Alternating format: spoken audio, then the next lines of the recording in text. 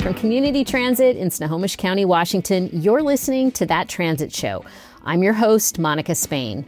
Every month, we bring you the voices behind the scenes, the people who help you get from where you are to where you want to be. Welcome aboard. Today on the show, we're time traveling and talking about the history of transportation in the Puget Sound with HistoryLink Executive Director and historian Jennifer Ott. As Community Transit celebrates 50 years of service in Snohomish County, we'll explore how the past shapes our future and what traffic looked like going back thousands of years. Jennifer Ott, welcome to That Transit Show. Thank you so much. Glad to be here. I feel like we're lucky to have you here as the Executive Director of HistoryLink, and also you're a historian. And so we're here really because we partnered with you, with HistoryLink, to tell the story of community transit, tell the history in honor of our 50th anniversary. So it's a celebration, and having you here to talk about that is just really awesome. But first, before we go there, I was thinking, since we have you here, we should talk about the history of transit in the region and transportation, because it goes way back. Community transit is just one chapter. It is. There's an amazing array of ways people have moved around this region throughout the generations.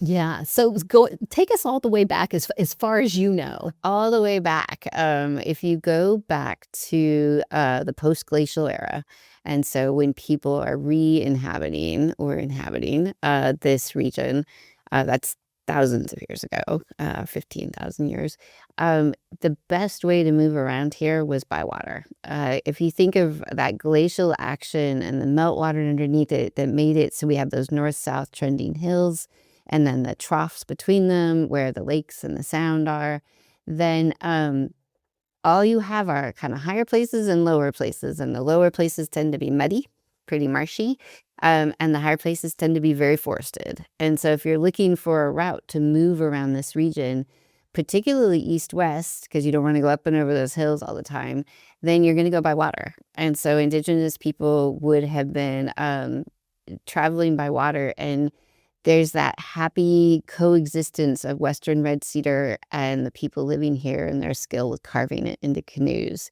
And so you have this beautiful vessel that you can move around the region in. And they were enormous. They could hold more than a dozen people. They could handle tons of cargo.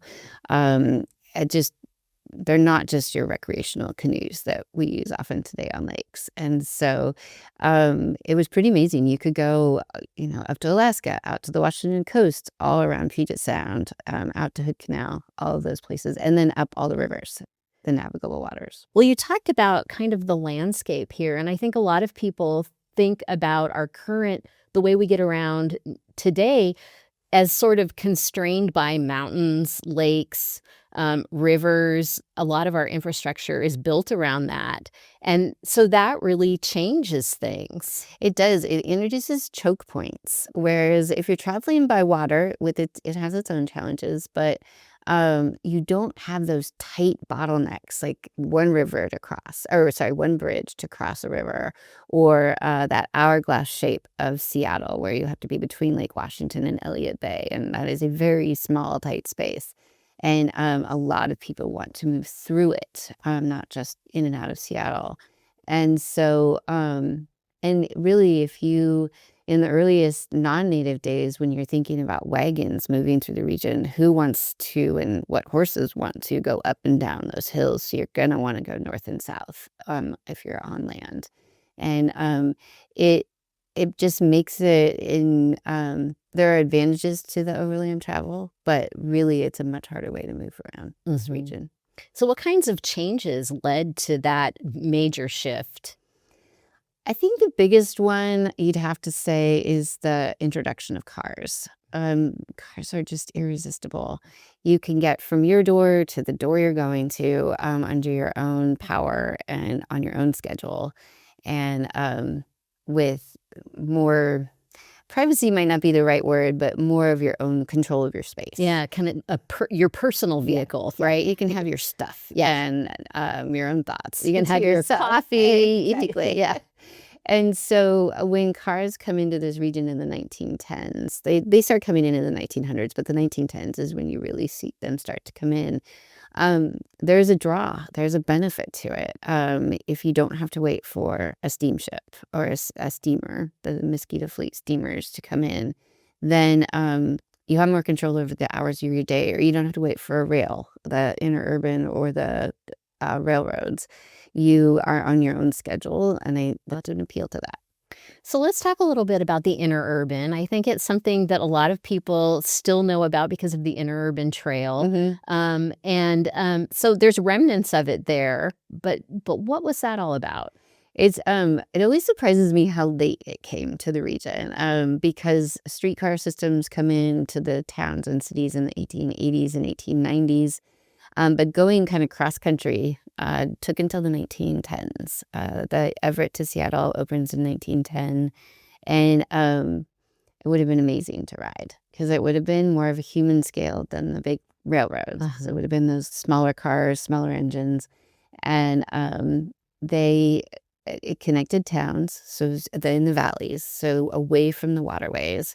Real boon to the farmers. If you want to get produce from your farm to market, it's really nice to have the Interurban come through away from the waterways. And then you would go. I just think it would have been lovely to take the Interurban. It took a long time. It was not a quick trip, but it just went from Everett to Seattle. There was a spur line out to Snohomish, and it always struggled with profitability and efficiency of service, and buses riding on tires are less expensive to operate. And we have the electricity because of our hydropower, and so it actually was efficient to do electrified buses. So now we're moving from the Depression into, I think, a population boom, right? Like around World War II, between that time and maybe the 60s. It's really interesting that you hit a peak during the war of transit ridership, bus transit ridership, with rationing of gas and rubber for tires, and cars are not actually that helpful to have. It's more of an imposition. It's much easier to take transit. And so you see 100 million people riding the Seattle Transit Company. Wow. Yeah. So was that the heyday of transit in the region? Yeah, it was amazing. And this is always the question. After the war, immediately you see investments. The Federal Highway Administration is authorized to give money for in-city construction of freeways and highways. And so you see a decision collectively made in our communities that we're going to prioritize facilities for vehicles. The Seattle Freeway, what we know as I-5, opened in 1965.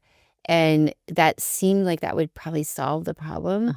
But really quickly it doesn't, because not everyone can use that freeway. That's not the most convenient way. And we actually did an interview with Bob Druell, who is the Snohomish County executive. But before that, he worked at Payne Field, but he lived in Kirkland. And he said that he was driving to work one day, and he said, boy, there's got to be a better way to make this happen. I think there's a lot of commuters that could commiserate with that. And so the idea is that you can't just keep building more capacity. And we know from all sorts of times in history that you do that and then it just fills up. And so how can you provide an alternative? And so you start to look at Metro out of King County does offer some service to South Snohomish County, but really the scale of it needs to be scaled up. And at that time, too, I think the communities in Snohomish County were smaller. I mean, some were pretty rural still, that are maybe now more suburban. So what was the collective thinking that brought, that gave us what we know as community transit today? What was leading to that? I think that there are a lot of people that are looking at their smaller area within the county and thinking about how can I move around in that area if they're not able to drive. And there's a lot of reasons why people might not be able to drive. And so, but then there's also in Bob Druell's interview, it was very interesting to think about how he saw the region, and and thought about, there's the community colleges, there's the, Everett as the large city. There's assets in this community, but to really make the most of the potential, you have to have a way to move people around, and it can't only be by car, because you're just never going to reach the momentum that you might if all the cogs are turning at the same time. Wherever there's a snag is going to be something that reduces the ability to reach a community's potential. And so I think that people saw that opportunity with a regional transit system where you'd get some efficiency of scale, which is always so hard. That seems forward thinking in a time when people were really loving their cars and that kind of independence. So I'm curious how that was met. How was that idea met by different pockets in the county? What do we know about that? Quite a bit of support. I think even if you're not necessarily going to ride the bus, you know that things aren't working, right? If you're in your vehicle and you see where things are congested or where people aren't able to get where they need. I think a lot of times there's like that secondary effect too, where people aren't maybe necessarily directly affected by transit availability, but they have an elderly relative who certainly would like to get themselves around, but are not able to drive anymore. And so you get a sense that even you don't have to directly benefit. The challenge in Snohomish County is that Everett had and has its own transit system. And so For a long time. Yeah. Oh, yeah. They're very well established and operating well.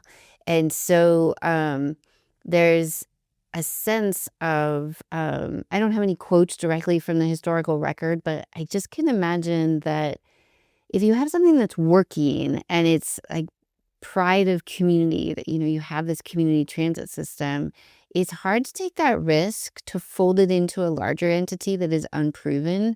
And in the early 1970s, when they're looking at this, it is an idea, not a proven fact. It was not something that was happening around the state that you could look to other solutions.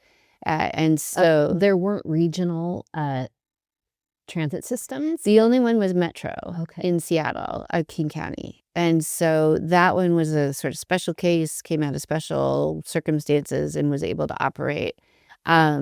But no, it was Snohomish County and Clark County down around Vancouver, Washington, that were behind getting the measures passed in the state legislatures that would allow for a regional transit. It's a transit benefit area, public transit benefit area. Yes, PTBA. Yes, it is. Yes, you got it. Acronyms. Yes. And it's at first when they passed it in 1974 in the state legislature, it had to be countywide, inclusive of everyone. And that didn't fly because the Everett voters were not interested in folding their transit system into the larger one. And so in 1975, the state legislature allowed it to be portions of counties. And then community transit could be formed around the bulk of that hub in Everett. It sounds complicated putting a kind of patchwork of different types of communities together.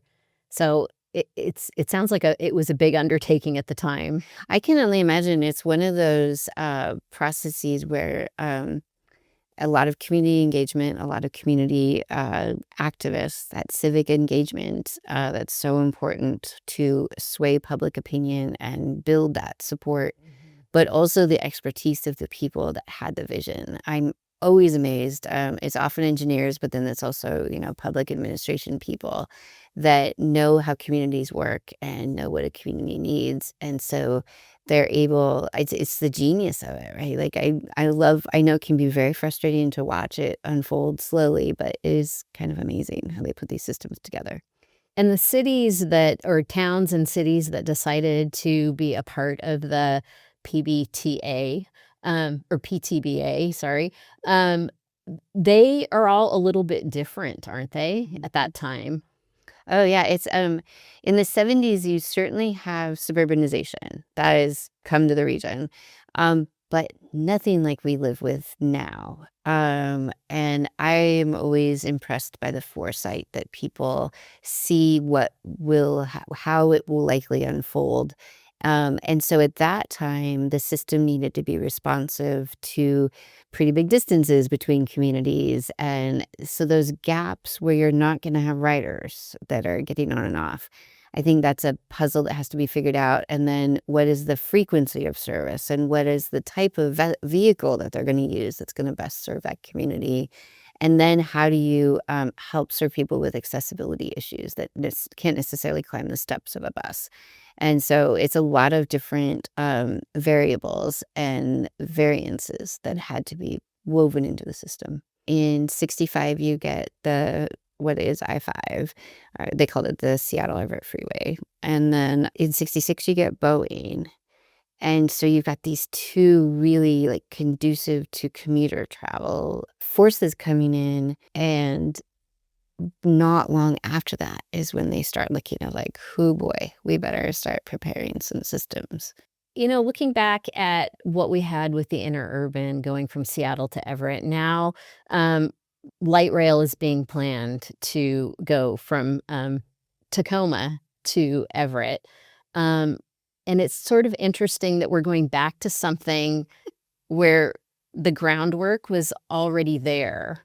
And so I'm wondering, like, just what would have happened if we had kept some of that infrastructure? I mean, would it have even been possible to somehow continue to build on that, do you think? I think about that a lot because the interurban and most of the regional or the urban streetcar systems, the tracks were ripped up in 1939 to 42, kind of that era during the war because they wanted the scrap metal. And to me, there's several videos in Seattle of the actual ripping up of the rail lines, and it's painful to watch because you think, oh, they had the right of way, they had the rail bed that was, at all level and prepared, and they just ripped it out. And then once it's gone, it's so hard to replace. And I think that it certainly wouldn't serve us exactly today. But at least it could have been incremental improvement over time rather than having to rebuild it from scratch. And when they built I-5, there was the opportunity, it would have been possible to allow space for future rail development. And that's, famously in King County where the voters turned it down and the money went to Atlanta. And it's hard to live with, but because it would have been so much less expensive. The land would have been less expensive. The whole construction would have been less expensive. And then we would have had something to work with, at least, instead of starting from scratch for Sound Transit. But so yes, I think we missed an opportunity by not keeping that infrastructure at least in place. We do still have the right of way for the interurban in most places. There's not most, a lot of places. And that is an incredible community amenity in a different way. And the Rails to Trails is the same way. Like, I am a historian, and so I do love to think about how wonderful some things would be to still have like rail service more regularly around the region. I think of the one that used to go to Snoqualmie Pass and Amtrak, and I missed that one. And but now those are different community amenities, which are great. But transportation infrastructure is so unbelievably expensive. We're seeing it with Sound Transit. I think when people travel to other places, other countries, like France, and they go to Paris and they ride the metro, but even other cities, we were talking earlier about New York City and the subway system there. I think like people think, oh, if only we could have that here. But at the same time, as a historian, you're not just looking to the past, right? You're looking to how to use that information for the future. Yeah. Talk to me about how historians don't just sit around and go, oh, would have, could have, should have, right? Exactly. Yes, I actually take a lot of solace in knowing the history as I watch the struggles of our regional transit system unfold, and successes both. But what I see in the history is that it's never been easy. There was never a time where they're like, hey, just throw some track down. We've got a system. We're good to go. We've always had challenges. We've eventually figured them out. The hard part is who bears the brunt of that. I always temper with we've survived worse before. It's like, well, most of us did. Not everyone. Some people had much harder lives than they needed to without the infrastructure. But I do see that just because it's hard doesn't mean that we should throw up our hands and walk away. It's more like I hope we give public officials a little more grace, that it's hard and it's going to take some stops and starts to get it forward. But then also to not wait for the perfect, that good is good. And we've had some, like the Mosquito Fleet was not perfect. That was the Tell me a little bit about the Mosquito Fleet. So that was the fleet of steamers, little small steamships that were passenger vessels with some light cargo that moved in the, going back, you could say like 1830s are the first steamers that come onto Puget Sound, and into the 1920s. They officially kind of die out in the 1930s, but they really declined in the 1920s because of vehicles. People start switching to cars. But they were small and they skittered around Puget Sound and Hood Canal, so they called them the Mosquito Fleet because it was like a swarm of insects. And you could get anywhere. It was amazing. And Seattle was a bit of a hub. A lot of things went in and out of Seattle, so you could move that way. But then also a lot of them went between other towns. So Everett, the Flyers, the big one that served Everett. And there were lots of them, though. And it was, I think it must have been an amazing way to move around the city. And as a community, we've talked a lot about how might we bring that back? Like, why are we not using our waterways? Yeah. And so you start to see like Kitsap Transit, the Kingston Ferry. There's the water taxis in King County from Vashon and Des Moines, I believe, and West Seattle. The West Seattle one's so fun. Yeah. Zip across. But it wasn't perfect. And I've been impressed by the current passenger ferries that they've been working on, because there have been a lot of false starts. They've tried multiple, like, what if we do it this way? What if we do it that way? And but it seems to be gaining some nice momentum. When you go to the terminals, they're full. There's a lot of people using those alternatives. And the trick we have here, that whenever I go somewhere else, I remind myself that we have bigger distances, even though we have this incredible suburban development and it feels like it's continuous. The density, those dense areas that are really going to support transit are actually still pretty far apart in Washington. And so it's not the same thing as picking up 1,000 people at every stop in a commute over the course of a morning. There's a lot of distance in between those chunks of 1,000 people or however many. And so our particular geography and how that's shaped our history is not something that's just an apples to apples comparison with other places. Jennifer, we've been walking back through time with you, which is just amazing. And I wanted to talk a little bit about, again, our partnership, Community Transit and HistoryLink, because we did something really cool together. We took a 1959 vintage bus and we created a mobile museum. It was so fun. We were so excited when Stacy Gunnarsson called us to partner on this project. It's just a great opportunity to have some fun, to play with history, and to have a bus named Bluebell to work with. And so Elisa Law, who's in our office and is incredibly talented, took all the measurements, looked at the bus, and then looked at all the great stories that we could share, and made a timeline and made some informational panels that tell how the system grew and expanded. And then she put in quotes from people that we interviewed, bus driver, union organizer, the executives, Representative Larson, just all these interesting people. And so you can get that human connection to what these buses must have meant to people. And so you walk through the bus and you get to check out the exhibit, and there's all sorts of things to look at. And it's a lovely experience. It's very fun. And so it's going around to different fairs. It's out right now in the community at fairs. We have a schedule on our website where people can look at that. Yes. And they made trading cards that have all the different trading cards. the different buses that have been part of the system. And they have a booklet so that we have a new article on HistoryLink about the full history of community transit. And so they put that into a nice little print piece. Was this your first time doing a makeshift museum on a bus? Yes, it was. I have not done that yet. I don't think we've done that. The other transit-related one that we've done that was so fun, do you remember the old Coleman dock? It had the elevated walkway that rolled up so you could stand kind of on the belt and it would convey you up to the terminal. We did a whole timeline along the wall. So as you went up that belt, you could learn the history of Washington State ferries. Oh, that's really So cool. it's really fun to do history out in the wild. Yeah. Well, Jennifer, thanks for coming into the studio and being on that transit show to walk us through all this history. I can't believe we did it in a short amount of time.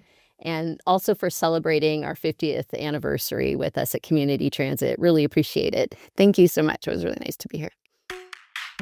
This has been That Transit Show from Community Transit. Be sure to subscribe and follow That Transit Show and listen wherever you get your podcasts. I'm Monica Spain. Thanks for being here. We'll see you at our next stop.